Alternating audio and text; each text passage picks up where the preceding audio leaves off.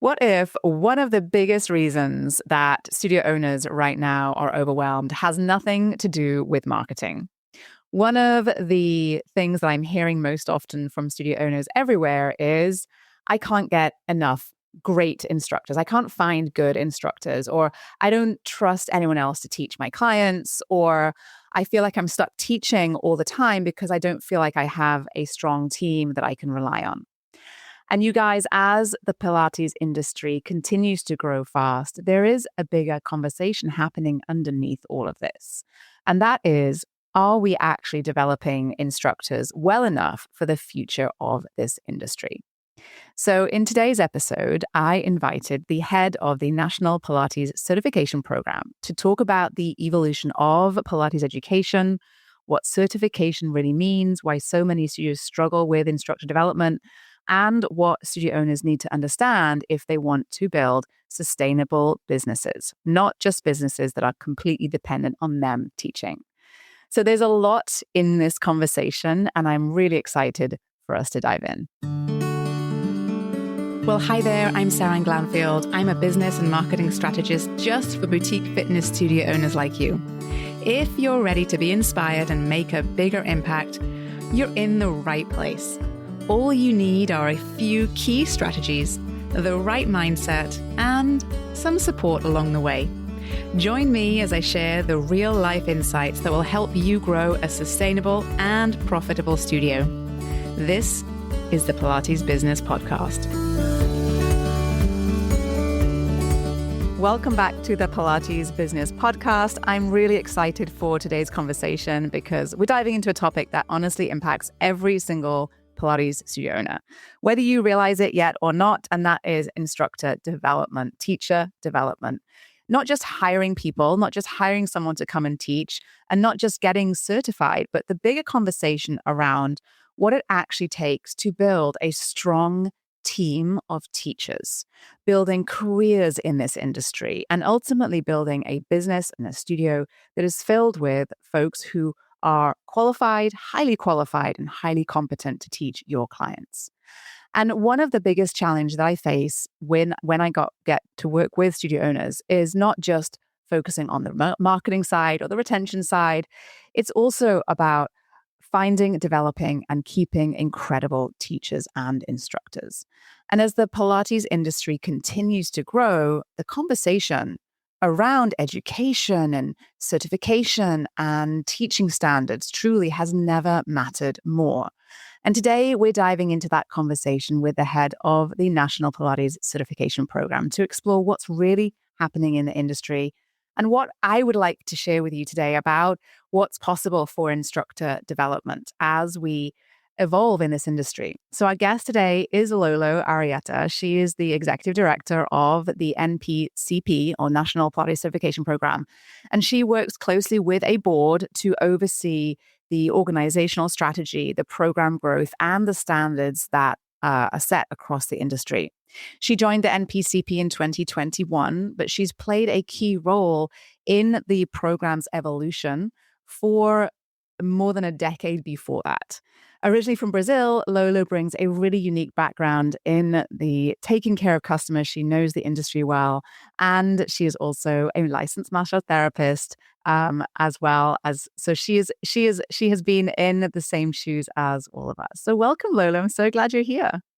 Thank you for inviting me. It's a pleasure, and to be able to talk a little bit more about what the NPCP is. Yeah, I'm so glad you're here. You know, we have known each other for a very long time. We both kind of go back in the Pilates industry many years. And I think that there is a lot that I think we kind of can give people an update on when it comes to the National Pilates Certification Program. So why don't you tell us a little bit, let's just start sort of where we are today, and tell us a little bit about the National Pilates Certification Program and the organization behind it and what it looks like today. And then perhaps we can talk a little bit about how it came to be and how it's evolved into what it is today. Okay. The NPCP is the only accredited credential organization for Pilates teachers in the United States. It's based in the United States. However, it's accepted and adopted internationally because Pilates is an unregulated profession. And what we do is we focus, or sole focus is in certification, credential for Pilates teachers. And that focus is intentional. So we prepare entry level. What we do is we do not train.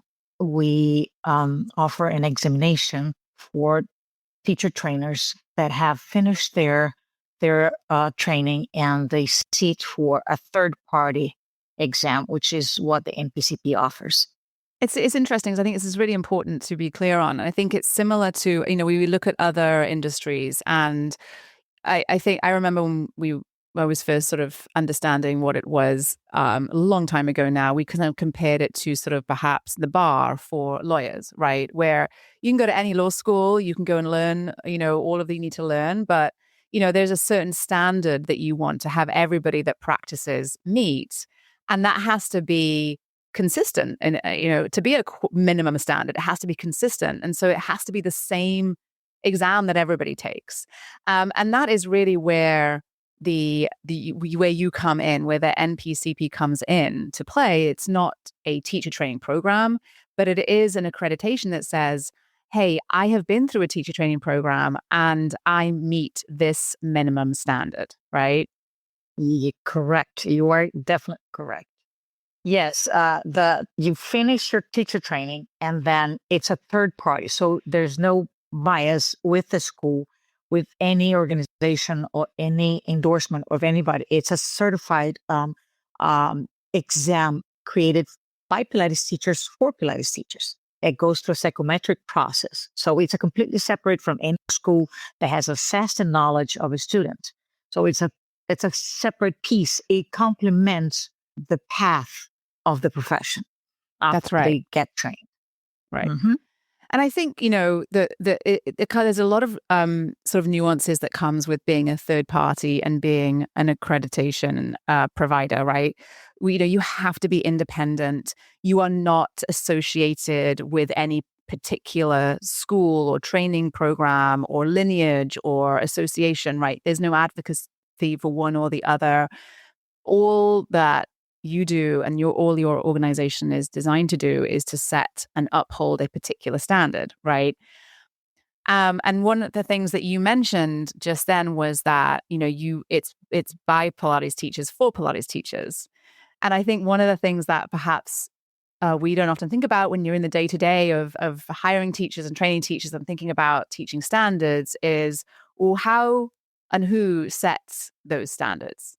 So tell us a little bit about the way that those standards are created. Who sets the exam? How does the exam get created? Who does all of that, and how those people are chosen? Can you share a little bit about that?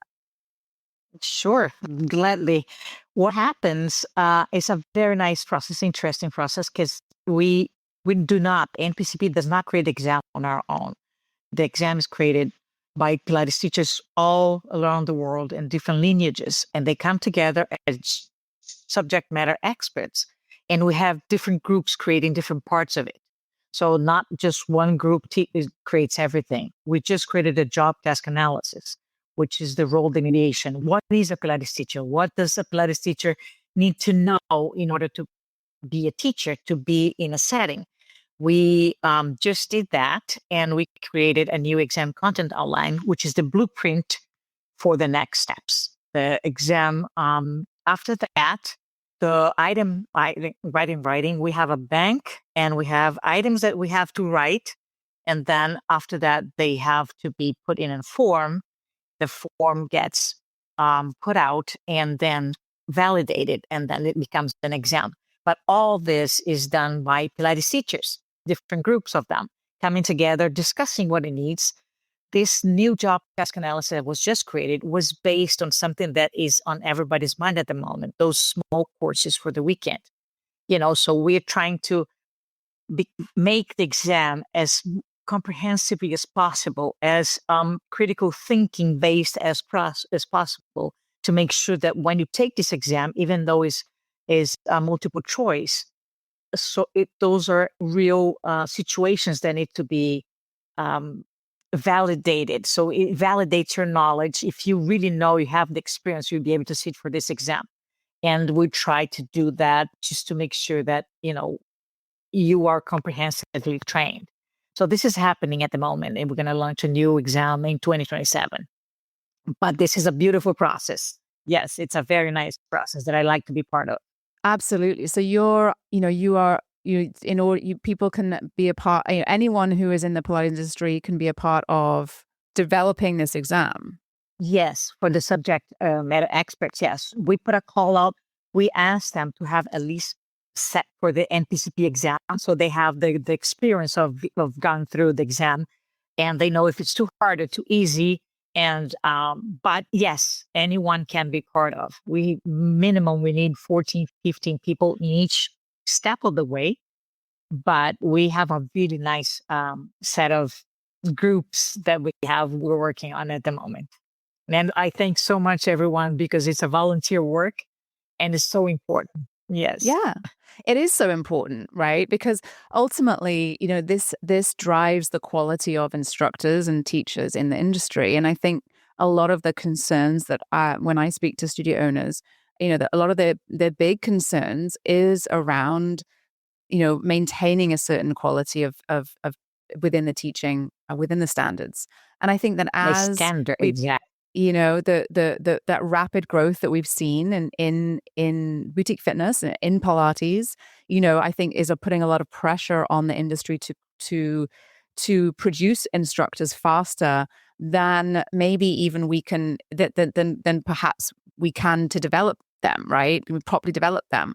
And so having this in place really sets that standard across the board. And when it is, you open to contribution from anyone who cares about the standard in the industry, then anyone listening who has the interest in upholding standards can participate in this. And you can do your bit too, you guys listening in, if you want, right? Because there are, I want to change gears a little bit. So we, this is it's a completely neutral bridge across the whole Pilates landscape. The NPCP is not associated with any one lineage or anything like that.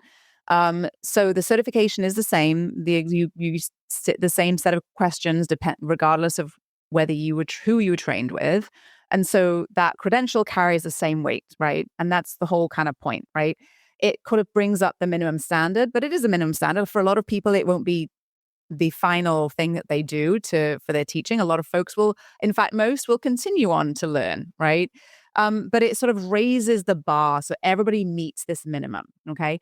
And so it works with a few different sort of sectors within the industry, because for those who offer teacher training programs, can you talk a little bit about what your relationship is with those who offer teacher training programs?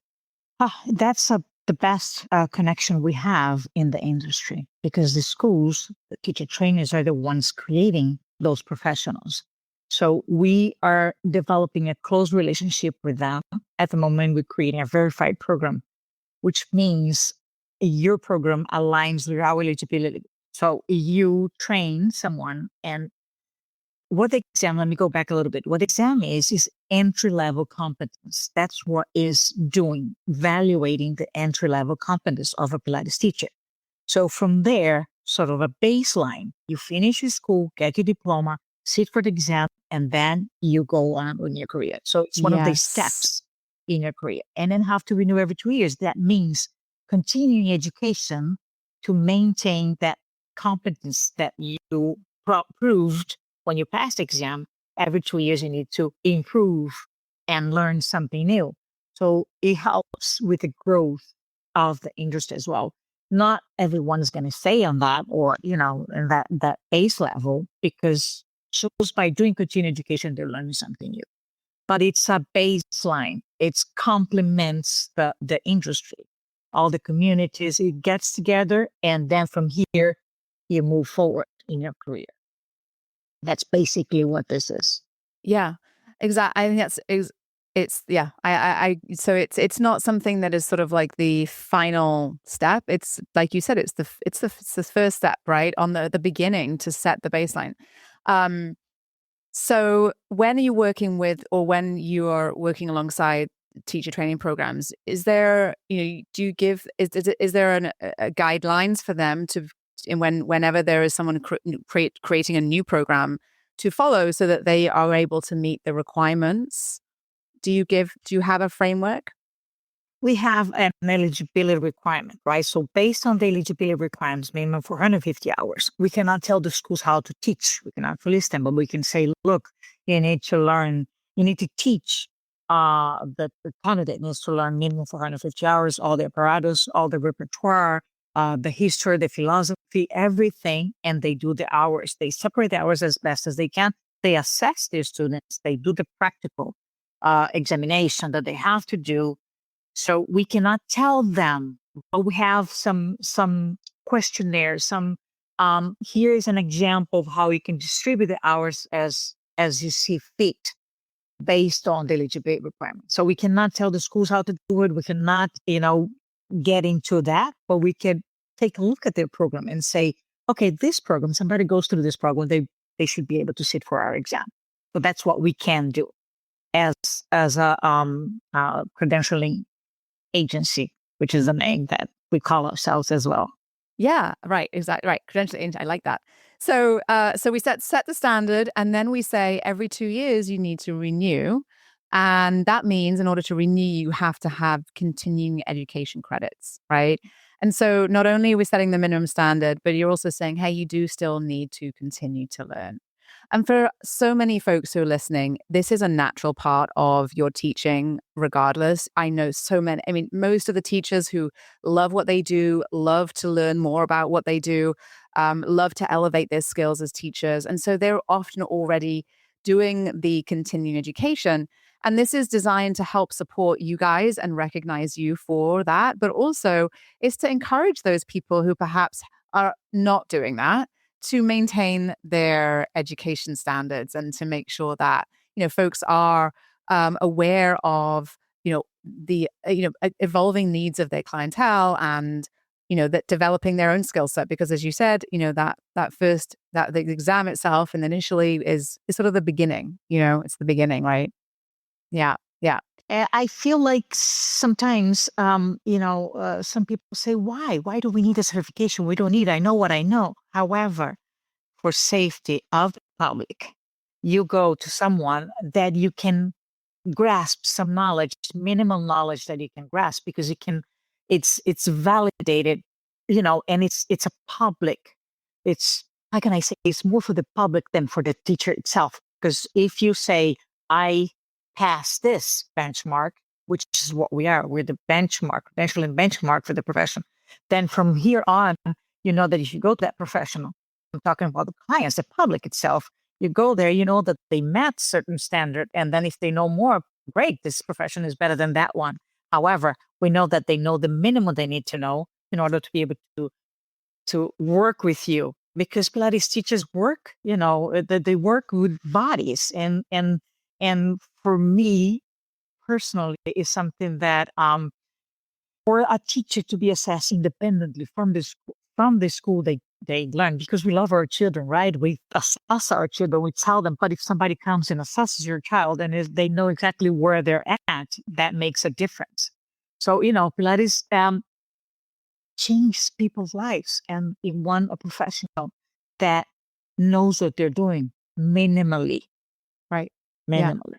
Yeah, absolutely. I think, and this is what I think everybody wants, right? You want to be in a profession that is recognized for the intensive, hard, many hours of learning that you have put in to getting your training in the first place. And then the ongoing, education that you invest in, and to be recognized for that, I think is really important. And when you are investing in yourself in that way, you are incomparable to those who are not, and so this is a recognition of that, and an opportunity for that too.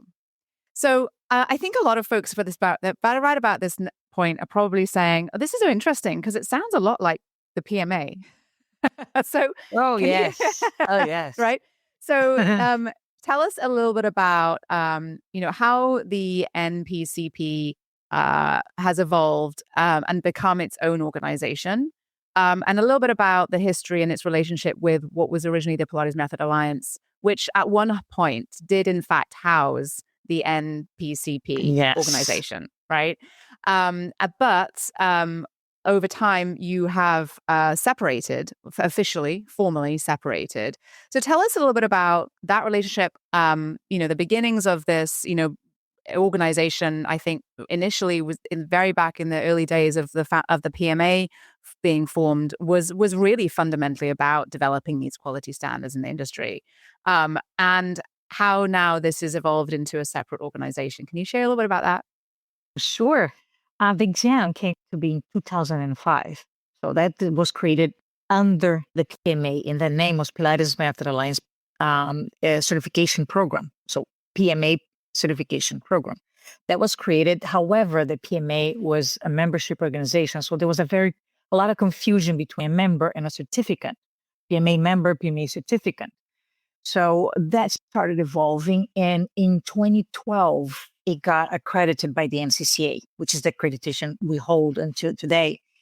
And to be accredited, you need to have a separation from an organization. You cannot be under any guidance, not guidance, but any direction of another organization, or be endorsed by anyone or endorse anyone.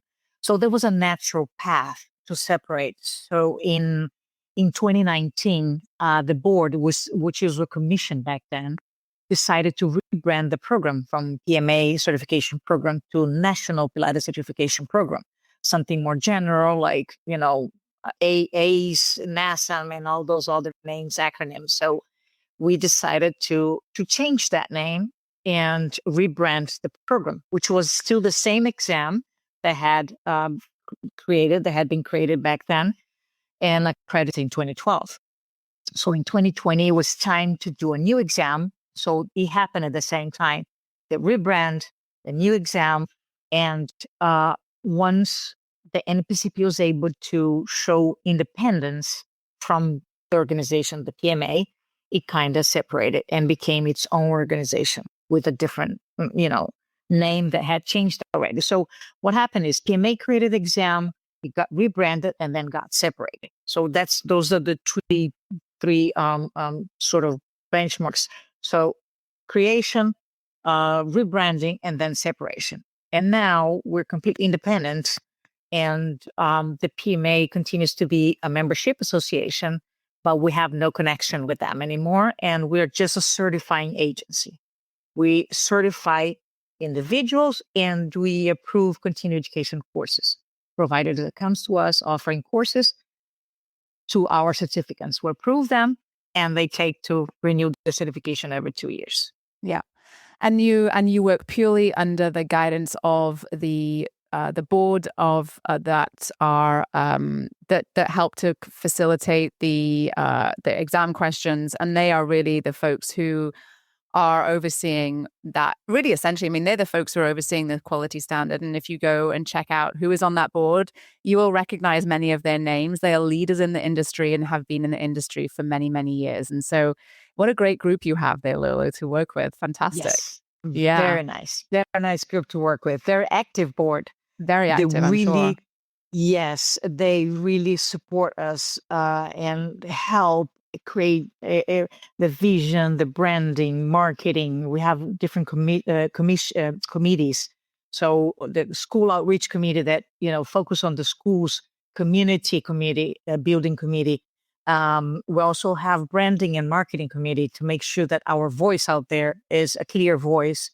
We not only use social media for promotion, but to educate. We like to educate and tell them who we are, why you should be certified, why it matters to hold a credential that is tangible and it's real, instead of like a diploma. It's a great thing, but a certification in the United States, but around the world, I've learned that the certification, third-party certification, is something common. And when you mention, "Oh, we're a third-party certification," "Oh, your certification," so it's something that it's getting more and more known outside the U.S. as well, which is We have many people around the world, but it's finally, I think, getting to the point that, professionals are understanding that there's something extra, something more to just what they've done in a school. And that's where we come in. We complement everything else that, all the parts of the community. Absolutely. Absolutely.